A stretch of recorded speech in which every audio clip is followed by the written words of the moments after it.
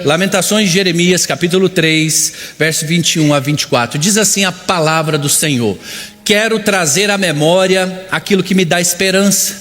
As misericórdias do Senhor são a causa de não sermos consumidos, elas se renovam cada manhã. Grande é a sua fidelidade, a minha porção é o Senhor, diz a minha alma, e por isso esperarei nele. Senhor, te damos graça por essa manhã, por esse tempo onde sua palavra é compartilhada, seu nome é glorificado, e eu te peço a tua unção, a tua graça, que nos capacite aqui, Senhor, a abrir a nossa mente, o nosso coração, para receber tudo o que o Senhor tem para nós. Tua palavra diz que o homem não pode receber coisa alguma se do céu não lhe for dado, e eu te peço, abra o céu sobre nós aqui, e que o Senhor traga revelação, direção, salvação, restauração. Eu te peço que o Senhor leve cativo toda a mente, todo coração, todo pensamento à obediência de Jesus, e peço a liderança do Senhor sobre essa palavra em nome de Jesus, amém. O texto que nós acabamos de ler é um texto que nos impacta muito, não só pela sua construção histórica, poética aqui, que é muito bonito, mas também pela sua essência, pelo contexto na qual ele foi escrito. Essa passagem de Lamentações de Jeremias foi escrita numa ocasião na qual a cidade de Jerusalém havia sido invadida por um rei chamado Nabucodonosor, e Jeremias então ele começa a escrever sobre o sofrimento do povo ali naquela situação, começa a escrever sobre a realidade da cidade que estava sob invasão, e a cidade tinha ficado deserta, muitos foram levados cativos, os valentes, os guerreiros já não existiam mais, as pessoas estavam desesperadas, em profundo desânimo e com muita fome, clamando por ajuda, sem nenhuma esperança. Então, para não cair nessa armadilha da estagnação, da frustração, do desânimo, o profeta então ele começa a lembrar das coisas que iriam trazer para ele esperança novamente, queria ajudar ele a permanecer em fé e romper e avançar aquela situação difícil que eles estavam vivendo. Em meio a situações difíceis na nossa vida, nós precisamos também aprender com o texto, aprender com essa leitura bíblica, de trazer à memória aquilo que nos dá esperança, para que a gente não fique estagnado, aprisionado em uma fase da vida. Essa é a grande tragédia da vida humana. Pessoas não conseguem fazer a transição de uma fase para outra. As pessoas não conseguem fazer a transição de uma estação para outra. Não têm essa capacidade de se mover de um ponto ao outro ponto. Ficam presas a um ciclo de repetição na sua vida. O texto de Eclesiastes, capítulo 8, verso 5, diz assim: e o coração do sábio conhece o tempo e o modo certo de agir. E talvez esse seja um dos maiores desafios, essa seja uma das maiores desafios da nossa vida, conhecer os tempos certos e agir no modo certo. Infelizmente, como eu disse, essa é uma realidade muito triste que as pessoas têm enfrentado. Estão paralisados, adoecidos no espírito, na alma, no corpo. O medo, a frustração, o desânimo, o desespero, o desamparo já cercou e tomou conta a vida dessas pessoas. E nós precisamos aprender aqui o caminho do avançar. Nós precisamos aprender aqui, principalmente com o texto que nós lemos, a ter uma nova perspectiva, a ter uma nova visão sobre aquilo que nos cerca, sobre a nossa situação. Deus quer nos equipar, Deus quer nos trazer uma nova ativação de fé para que a gente possa avançar. A mensagem que eu quero compartilhar com vocês hoje tem por nome Um Novo Tempo, uma Nova Estação. O livro de Daniel, do profeta Daniel, no capítulo 2, o verso 21, diz assim: é ele que muda o tempo e as estações, remove reis, estabelece reis, ele dá sabedoria aos sábios e entendimento aos inteligentes. O texto diz que é da natureza de Deus mudar o tempo, é da natureza de Deus mudar estações, e isso muitas vezes vai contra o nosso comodismo, vai contra a nossa estagnação, a nossa zona de conforto, porque o novo sempre nos traz um medo, o novo sempre nos traz inseguranças, barreiras de inseguranças, e Deus é da sua natureza que Ele mude tempos, que Ele mude estações, e Ele não tem que pedir licença para ninguém para fazer isso. Ele não tem que nos pedir desculpas. Olha, me desculpe, eu estou mudando os tempos e as estações da sua vida, me dá licença aqui, mas você está andando em círculo há tempo demais na sua vida, e eu preciso causar uma mudança de estação. Deus não vai pedir licença, não vai pedir desculpa para ser quem Ele é. O problema aqui é que o texto diz, é Ele que muda os tempos e as estações. E a pergunta que temos que fazer é, estamos preparados para as mudanças dos tempos e das estações? Porque ela é uma realidade na nossa vida. Estamos preparados para esses tempos? Estamos sintonizados com Deus para entender os tempos e as estações? Infelizmente muitos estão estagnados e presos e paralisados nessa fronteira do seu destino. Eles não conseguem avançar, exatamente por não entender os tempos, não entender as estações. Eles não mudam a geografia da sua existência. E Deus é aquele que muda tempos, é aquele que muda estações. E Deus está sempre querendo mexer na geografia da nossa existência. Ele muda tempo, Ele muda estações. Na trajetória do povo de Israel, quando Deus tira o povo de Israel da escravidão do Egito, o Egito era uma geografia existencial de escravidão. Deus tira o povo do Egito, faz eles atravessarem o deserto. Deserto, uma geografia existencial de escassez. Deus também tira do deserto e leva até a terra prometida, uma geografia existencial de batalha, de luta, de conquista. Mas infelizmente existem pessoas que estão vivendo escravas de uma geografia existencial de derrota, de perdas, de adoecimento emocional. O texto que nós lemos aqui no início de Lamentações de Jeremias nos dá aqui um sentido muito interessante, porque a cidade estava enfrentando uma problemática muito difícil, sob ataque, sob invasão do inimigo, sem esperança, o povo sem esperança, sem saída. E o texto nos dá um sentido muito interessante, porque mesmo diante dessa realidade, o texto diz assim: quero trazer à memória aquilo que me dá esperança. Eu não vou colocar os meus olhos aqui nessa situação, eu vou aprender então a ter um olhar diferente para aquilo que eu estou lidando. E a gente aprende aqui que de fato a vida é tudo uma questão de ponto de vista. A vida é uma questão de tudo como você enxerga e interage, interpreta com a realidade ao seu redor. Você não vê as coisas como elas são, você vê as coisas como você é, a partir da sua experiência, a partir das suas lentes. Isso nós entendemos como uma mentalidade, uma estrutura psíquica dos seus pensamentos que funcionam como uma lente pela qual você vai enxergar a realidade. Mesmo o profeta, a cidade enfrentando uma situação contrária de oposição, de dificuldade, ele tem uma visão totalmente diferente. Ele diz: quero trazer à memória o que me dá esperança. Grande é a sua fidelidade, a minha porção é o Senhor, eu vou esperar no Senhor. E como eu disse, na vida tudo é um ponto de vista. A forma como você enxerga vai determinar se você vai avançar para esse novo tempo e para essa nova estação ou não. Não é o evento, não é a situação, não é a dificuldade, mas é como você interpreta e filtra essa realidade que vai fazer a diferença. Aqui nós entendemos aquele conceito de resiliência. Você já ouviu falar de uma pessoa resiliente? Resiliência é um termo que se tomou emprestado da física e se aplicou então às ciências humanas. Resiliência é a capacidade daquele material, ali na concepção da física, a capacidade daquele material de se permanecer ali intocável, mesmo com as pressões, o calor, mesmo com as deformidades, ele volta ao estado original. E aplicando então às ciências humanas, resiliência é a capacidade das pessoas interagir com as provas, com as lutas, com as crises, com as dificuldades e não se despedaçar.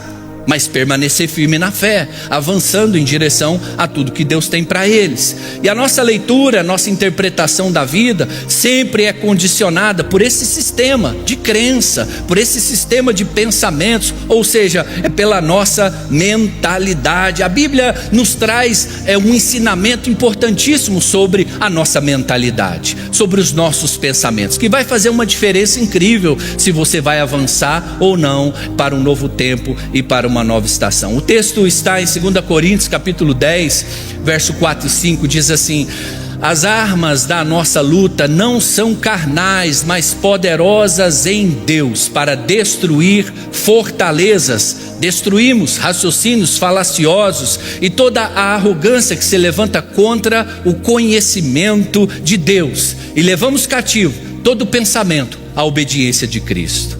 Quando a Bíblia fala que nós temos armas espirituais para destruir fortalezas, é esse sistema de crença, são os seus pensamentos, é a sua estrutura mental que muitas vezes está conspirando, atrapalhando você de avançar em direção ao que Deus tem para você. E muitas vezes está te puxando para trás, e nós precisamos aprender a destruir essas fortalezas que estão conspirando contra o seu novo tempo e a sua nova estação.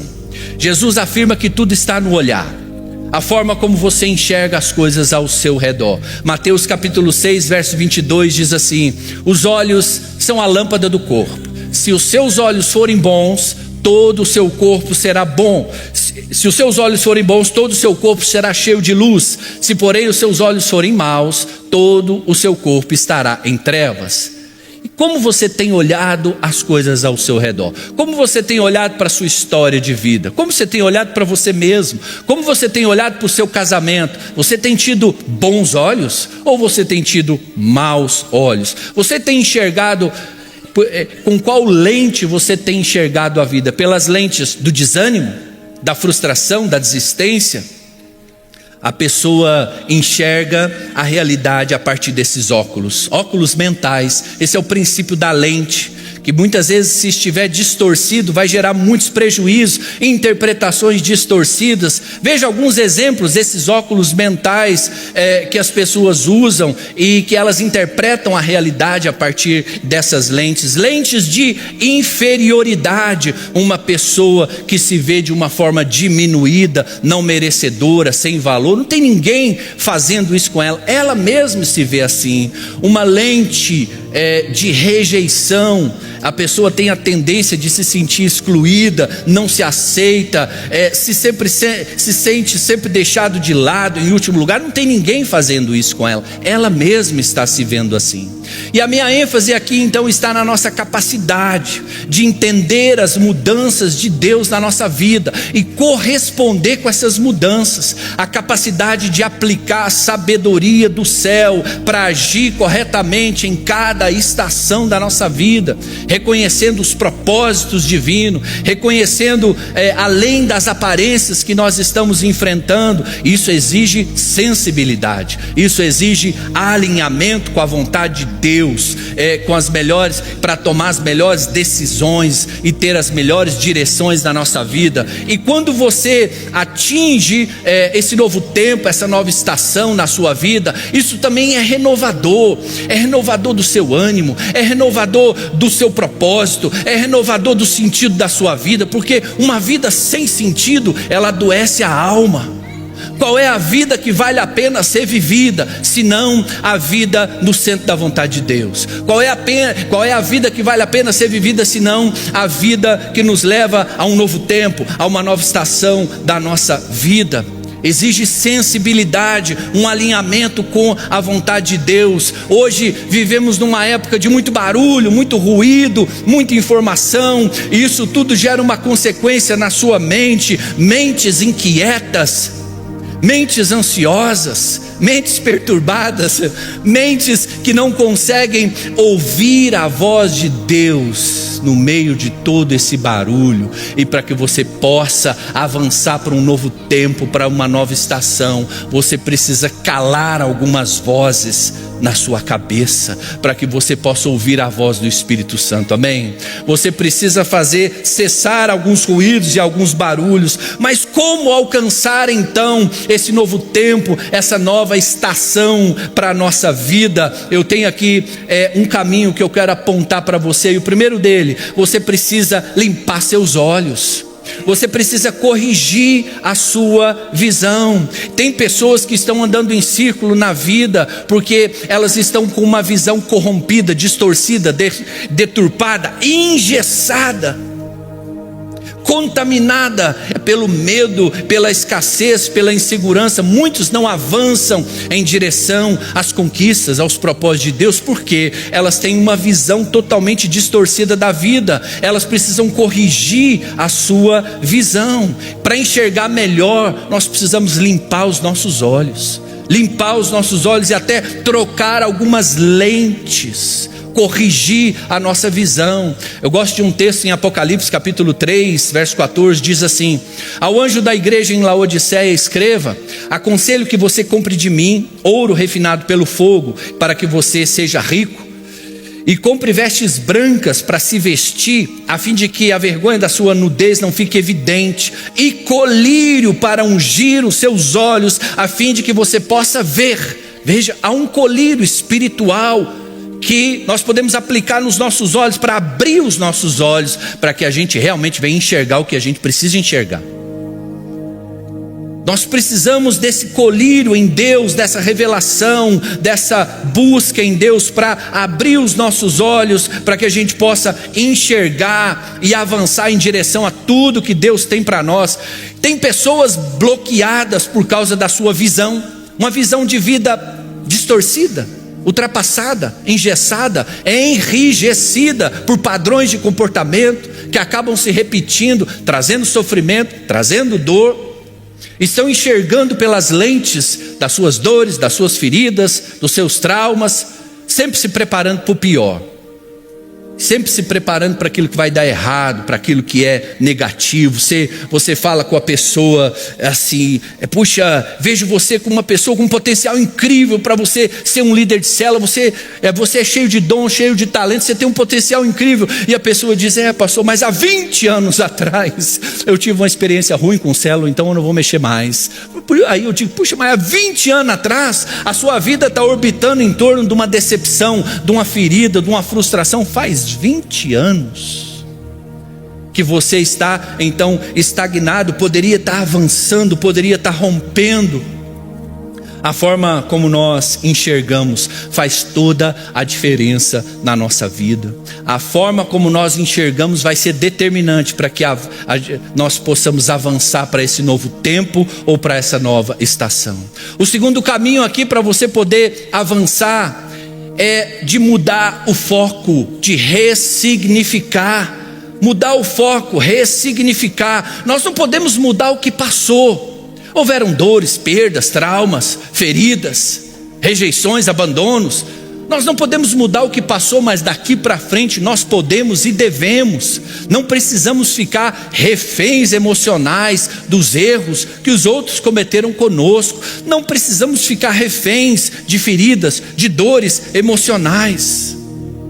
É muito comum atender pessoas que ficaram aprisionadas a acontecimentos dolorosos e traumáticos. Os traumas, as dores passaram a ser o centro da vida daquela pessoa, e tudo começa a girar em torno dessa dor, desse trauma. Existem pessoas que não avançam para um novo tempo porque a vida delas estão marcadas, estacionadas nas dores e nos traumas. Eu preciso te dizer isso: existe vida além do trauma. A nossa vida não se resume em dores, em marcas, em sofrimentos. Quando nós nos abrimos para o tratamento de Deus, quando nós nos abrimos para receber a cura, a restauração, nossas maiores dores têm o potencial de se tornar nosso maior testemunho. Nossas maiores feridas, quando fechadas, elas podem ser ministérios abertos em potencial.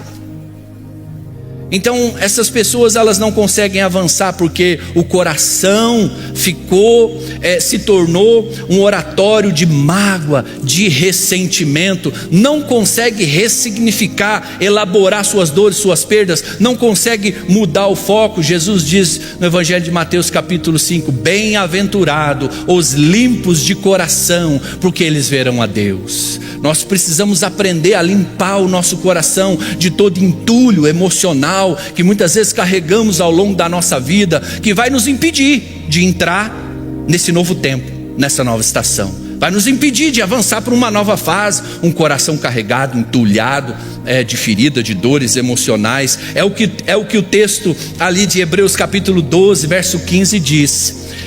Ali fala assim: cuidem para que ninguém fique afastado da graça de Deus, e que nenhuma raiz de amargura brotando vos cause perturbação, e por meio dela muitos sejam contaminados. O texto está dizendo que no nosso interior é possível crescer raízes, que vai ser altamente prejudicial, vai comprometer o nosso caminho, nosso destino, nossa vida, nossa saúde espiritual, emocional, saúde física. Tende cuidado que nenhuma raiz de amargura brotando vos cause a perturbação. A primeira consequência dessas raízes é a perturbação. Você conhece alguém perturbado? Não? Eu conheço bastante gente perturbada. Às vezes você conhece, mas está meio sem graça. A perturbação na vida das pessoas leva elas sempre aos extremos. Não come direito, não dorme direito, está sempre ali nos excessos, está sempre ali nos limites, nas compulsões, porque o coração se tornou um oratório de mágoa, de ressentimento. Não seja alguém perturbado, mas que você possa limpar seu coração. A segunda consequência aqui dessas raízes é que elas são altamente contagiosas. Uma pessoa ferida na alma nunca fica ferida sozinha. Feridas na alma são altamente contagiosas. Ela vai ser sempre o centro da contaminação, da maledicência, da fofoca. Sempre vai ser o centro. Ressignificar é a capacidade de trazer um novo olhar para a sua história. Ressignificar é a capacidade de dar um novo significado para aquilo que te trouxe dor ou trouxe perdas na sua vida. Eu gosto de dar aquele exemplo, né? Mas aí a gente tem que colocar uma legenda no exemplo. Quando a gente fala assim: você precisa virar o disco. Nem todo mundo sabe o que é isso, né? Virar o disco, né? Houve uma época, deixa eu te explicar, né? Houve uma época que as pessoas ouviam a música num disco de vinil desse tamanho, colocava assim em cima de uma caixinha com um bracinho, tinha uma agulha, e por incrível que pareça, aquilo saía um som. Só que se esse disco tiver arranhado, a pessoa gritava assim: vira o disco, porque era muito chato, né? A música não ia para frente, a música não avançava, a melodia já não agradava mais, comprometia toda a essência da música. Você precisa virar o disco da sua vida. Você ficou estacionado em arranhões da sua história, e aí a essência do que Deus tem para você ficou comprometida. Você precisa virar o disco da sua vida. Você precisa me contar uma nova história acerca de você mesmo. As dores, as perdas, os problemas, todo mundo já está cansado de saber. Agora o que a gente quer saber mesmo é qual caminho você vai seguir para avançar para um novo tempo, para uma nova estação na sua vida. Amém? Nós precisamos aprender a contar uma nova história sobre nós mesmos. Ressignificar dar um novo olhar para a sua história. O Salmo 121 nos traz um apoio aqui importantíssimo nessa direção, quando diz: elevo os meus olhos para os montes, de onde me virá o socorro? O meu socorro vem do Senhor, que fez os céus e a terra. Nós precisamos aprender esse caminho do socorro, elevar os olhos. Aprender o caminho do socorro requer de nós um novo posicionamento na vida, uma nova visão da vida. O caminho do socorro requer de nós levantar os olhos, levantar a cabeça, parar de olhar para o chão, tirar o foco dos problemas, das dificuldades, saber que você tem uma fonte do socorro, do milagre, da proteção, do livramento, do sobrenatural, que é Deus. Faz quanto tempo que você tem andado com essa cabeça baixa? E faz quanto tempo que você não levanta a sua cabeça para encontrar um caminho do socorro? Ficar só olhando o problema, Todo mundo está vendo o problema, todo mundo está cansado de saber do problema. Agora o que a gente precisa buscar é o caminho do socorro. O caminho do socorro requer de nós um novo posicionamento. É tirar o foco do problema, é levantar os olhos, é buscar uma nova perspectiva da vida. Nós enfrentamos sim muitas aflições, muitos problemas, muitas dificuldades, muitas crises, oposições, resistências. Jesus fala sobre isso: no mundo vocês vão enfrentar aflições, mas tem de bom ânimo, eu venci o mundo. Nós precisamos aprender o caminho do socorro, que vai nos ajudar a interagir com as provas, lutas e aflições da vida. O caminho do socorro começa uma mudança de olhar. Elevar os olhos é levantar a cabeça. Eleve os olhos, mude o seu foco, ressignifique a sua história, receba socorro. Aprenda a deixar ir perdão. Perdão, ele é um santo remédio, mas não apaga a memória. Perdão é um santo remédio, mas não é um sentimento. Você nunca vai sentir de perdoar ninguém. Você conscientemente, de forma madura, sobre a convicção do Espírito Santo, você deixa ir, você solta. Porque o que é a falta de perdão? É quando você morde a isca do ressentimento, você morde a isca da mágoa, você morde a isca, e ali você está preso. A falta de perdão nos prende. E você não pode avançar para um novo tempo, para uma nova estação, com o coração carregado de raízes que Deus não plantou, de ressentimento, de mágoa, de frustração, de falta de perdão. Então nós precisamos levantar os nossos olhos, mudar o foco, ressignificar. Nós precisamos entender que nossas dores não precisam nos definir. Quando nós nos abrimos para o tratamento de Deus, Ele pode fazer nossas dores nosso maior testemunho. E o terceiro e último caminho para nós alcançarmos um novo tempo e uma nova estação é ter cuidado com o que você vai acreditar. Você precisa ter muito cuidado com o que você acredita. Tem muitas pessoas caminhando, vivendo uma história de vida inteira debaixo de mentiras. Mentiras que outro contaram, mentiras que você contou para você mesmo e acreditou. Eu gosto de um texto que nos dá um pano de fundo sobre essas mentiras que nós acreditamos e o quanto elas influenciam negativo o nosso destino e esse novo tempo na nossa vida, que é a história do povo de Israel, quando sai da escravidão do Egito, cruza o deserto, chega ali na terra prometida, sob a liderança de Moisés. Ele envia 12 espias, ficam 40 dias espiando a terra. Aí essa equipe volta, traz um relato e diz: a terra é boa, mana leite e mel, é a materialização da promessa de Deus. Mas lá tem gigante, lá tem cidade fortificada, lá tem desafios terríveis, lá tem inimigos do povo de Deus. E a Bíblia diz que a visão deles ficaram totalmente distorcida, comprometida por eles, e eles focaram mais no poder do inimigo do que no poder de Deus, focaram mais nos gigantes do que nas promessas de Deus. E eles então fazem essa conclusão que está ali em Números 13:33. Também vimos ali os gigantes, os filhos de Anak, que são os descendentes de gigantes, e éramos aos nossos próprios olhos como gafanhotos, e assim também o éramos aos seus olhos. Traduzindo essa fala desses espias, quando eles chegam ali na fronteira do destino deles, é um povo da promessa, é um povo do sobrenatural, é um povo do chamado, da palavra, da direção. Quando eles chegam ali na fronteira do destino, para avançar para esse novo tempo que era a terra prometida, eles não entram. Eles não avançam, eles não entram, porque diante da nossa vida, o que acontece, diante dos desafios da nossa vida, o que acontece dentro de nós, tem muito mais importância do que acontece fora. Nunca foram os gigantes do lado de fora, sempre foram os gigantes do lado de dentro. Eles acreditaram mais no poder do inimigo do que no poder de Deus, e a visão que eles tiveram deles mesmos, eles disseram: éramos aos nossos próprios olhos como gafanhotos. Sabe o que isso quer dizer? Nós somos pequenos, nós somos fracos, nós não somos nada, somos insignificantes, somos inferiores. Era isso que eles estavam dizendo.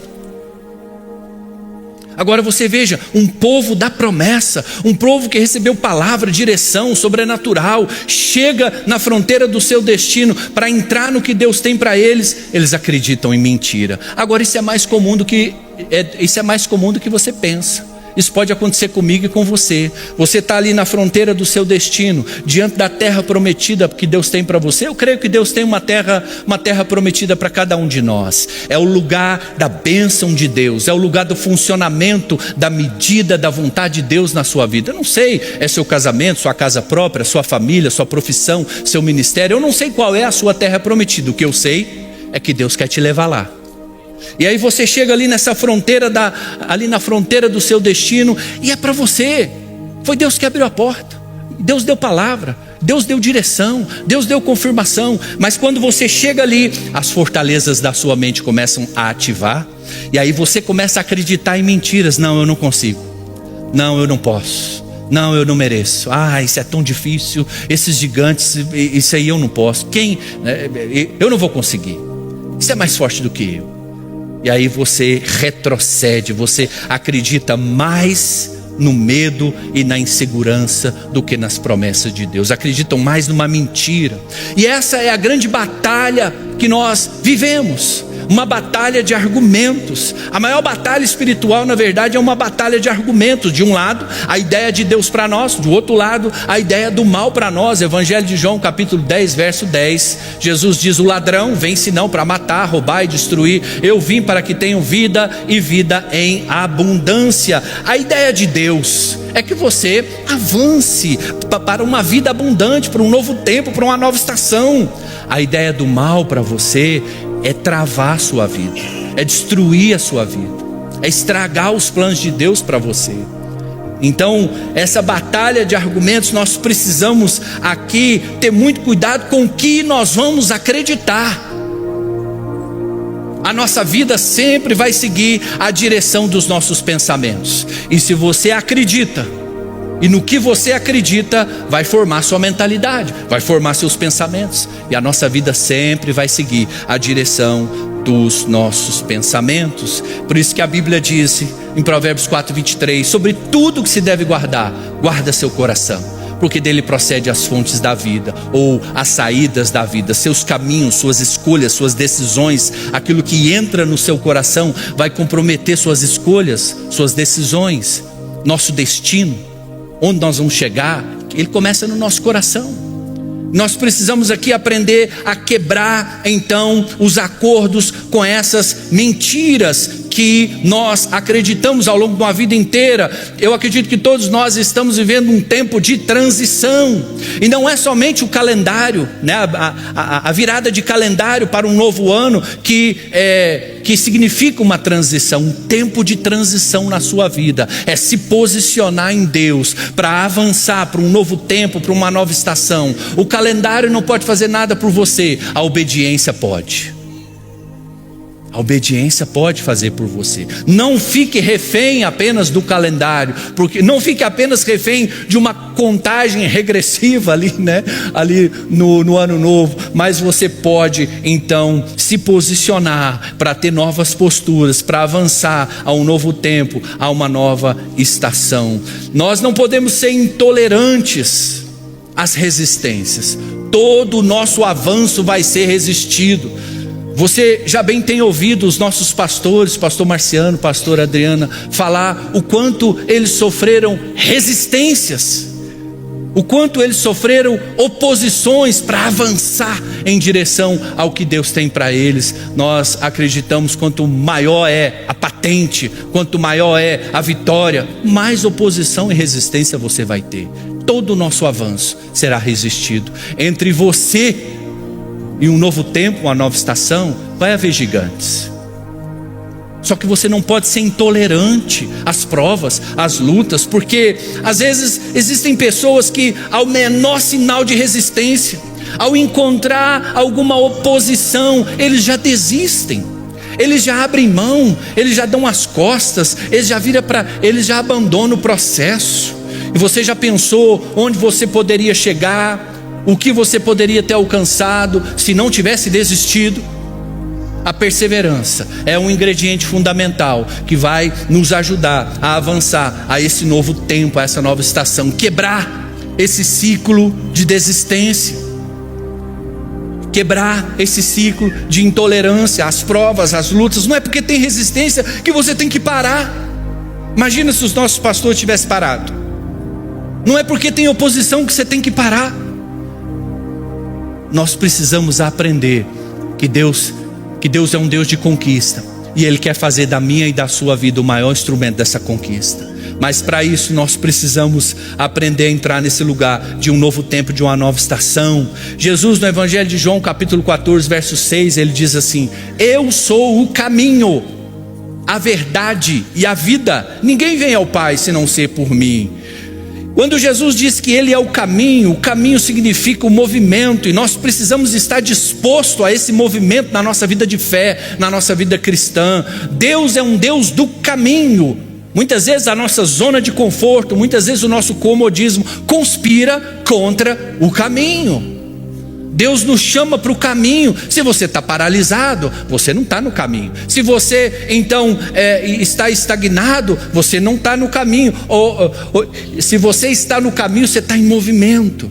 As coisas acontecem no caminho, as conexões acontecem no caminho, o milagre acontece no caminho. Abraão, Deus diz para Abraão, pai da fé: Abraão, sai da sua casa, sai da sua parentela e vai para uma terra que eu te mostrarei. Vai andando no caminho, eu te mostro, porque um caminho só existe quando a gente começa a andar por ele. O caminho só na sua cabeça é só uma imaginação.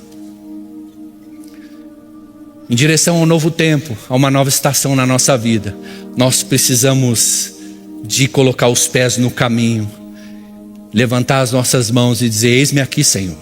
Não me deixe de fora de nada que o Senhor vai fazer nesse tempo e nessa estação. Senhor, apesar de mim, me leve a cumprir o seu propósito. Apesar de mim, me leve a cumprir o que o Senhor tem para a minha vida. Esse é o nosso maior chamado, está no caminho. Não desistir do caminho, não abandonar o caminho, não ficar pelo caminho. Nosso maior chamado é uma travessia, porque o que tem de pessoas que desistem do caminho são pessoas que se esfriaram, desanimaram, abandonaram, desviaram do caminho. E nós precisamos aprender que renovar a nossa visão é experimentar um novo tempo, uma nova estação. Deus tem um tempo de transição para cada um de nós, como eu falei. Eu quero concluir aqui com essa profecia que está no livro de Isaías 43, verso 19, que diz assim: eis que faço uma coisa nova, agora mesmo ela está saindo à luz. Será que vocês não percebem? Será que vocês não percebem? Eis que porei um caminho no deserto e rios nos lugares áridos. O texto está dizendo: eis que faço uma coisa nova. Nós precisamos aprender em oração, em intercessão, chamar à existência as coisas que não são como se já fossem. Eis que faço nova uma coisa. Chame à existência, eu chamo à existência um tempo novo, uma nova estação no meu casamento. Chega de um contra o outro, chega de um ambiente de discórdia, de briga. Chega, eu chamo um novo tempo, uma nova estação para a minha vida financeira, um tempo de abundância. Eu chamo à existência um tempo novo, uma nova estação na minha vida espiritual, um tempo de frutificação, de avançar em tudo que Deus tem para mim. Eis que faço nova, eis que faço uma coisa nova, agora mesmo ela está saindo à luz. Deus é um Deus de coisas novas, Deus é um Deus de recomeço. Jesus é o nosso novo tempo, é a nossa nova estação. Será que vocês não percebem? O texto nos traz essa pergunta, porque nós precisamos de percepção, nós precisamos de sensibilidade espiritual. Eis que porém um caminho no deserto e rio nos lugares áridos. Deserto não tem caminho. Deserto, as pessoas ficam perdidas, sem direção. Deus é um Deus do caminho no deserto. E rios nos lugares áridos. Deus abre um rio, uma corrente de água nos lugares áridos. Deus é um Deus das impossibilidades. Você só está vendo o que está diante dos seus olhos, mas Deus é um Deus de coisas novas. Deus é um Deus que chama à luz as coisas que não são como já fossem. Não é sobre nós, é sobre quem Ele é. E nós precisamos nos posicionar, porque hoje, nesse momento, sentado aí na sua cadeira, eu acredito que você está num tempo de transição. Num tempo de transição, acredito que você eu acredito que você já está se demorando demais nesse lugar.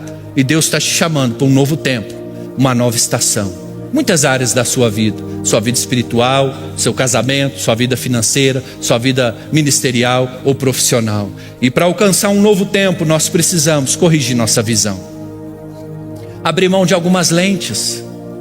Nós precisamos limpar os nossos olhos, corrigir nossa visão que muitas vezes está engessada, corrompida. Nós precisamos ressignificar, soltar o que já foi, virar a página, reescrever uma nova história. E nós precisamos de romper com alguns acordos que nós fizemos, com mentiras que estão sempre nos puxando para trás.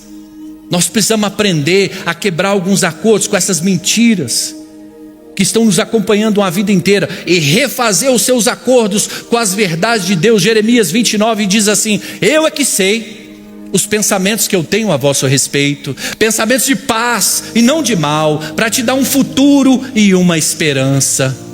Renove os seus acordos com as verdades de Deus para a sua vida, e eu acredito muito que você vai viver um novo tempo e uma nova estação. Gostaria que você ficasse de pé. Nós estamos encerrando e eu quero ter um tempo de oração com você. Te peço, tenha um pouco de paciência e sensibilidade ao Espírito Santo de Deus. Será que vocês não percebem? Eu estou fazendo uma coisa nova, diz o Espírito Santo de Deus sobre a sua vida. Nesse momento é um tempo tão especial de você estabelecer destinos, estabelecer propósitos, recalcular a rota. Talvez você está aqui, você deixou o caminho, se esfriou do caminho, desistiu do caminho. Talvez você está aqui, está andando em círculo no deserto, e você estava ali na fronteira do seu destino, mas porque você não soube interpretar, não soube ressignificar, você não corrigiu sua visão, você acabou voltando para o deserto da vida. Curve sua cabeça, eu quero ter um tempo de oração com você. Senhor, nós te damos graça por essa palavra, eu te peço a ação do teu Espírito Santo. Senhor, há um mover a ser feito em cada vida, em cada coração. Há um romper para um novo tempo. A tua palavra nos diz que o Senhor é um Deus de coisas novas. Eis que faço uma coisa nova, e eu te peço que esteja nascendo agora algo novo na vida, nos corações, na família, no casamento, na vida financeira, na vida profissional. Nós queremos gerar em oração algo novo da parte de Deus. Senhor, quero colocar cada vida diante do Senhor. Eu sei que é cansativo andar em círculo no deserto. Eu sei que é cansativo não ter uma direção, não ter um propósito. Mas hoje eu creio que destinos são mudados, propósitos são redefinidos. E eu quero fazer não só um apelo, mas eu quero te desafiar. Nós vamos criar um ambiente aqui, uma atmosfera aqui, para que você possa estar recalculando a rota, para que você possa estar avançando para esse novo tempo e para essa nova estação. E se você precisa disso, sai do seu lugar, vem aqui à frente. Nós queremos orar com você, onde você vai estar consagrando a sua vida ao Senhor. Você vai estar apresentando os seus caminhos ao Senhor. Sai do seu lugar bem rápido, vem aqui à frente. Nós queremos ter um tempo de consagração, de oração, para que você possa romper tudo aquilo que tem te prendido, tudo aquilo que tem te estacionado, e para que você possa romper esse ciclo de desistência na sua vida e chamar a existência. Deus, eu chamo a existência um novo tempo, uma nova estação na minha vida. Eu chamo a existência novos céus, nova terra. O choro, ele pode durar uma noite, mas a alegria vem ao amanhecer.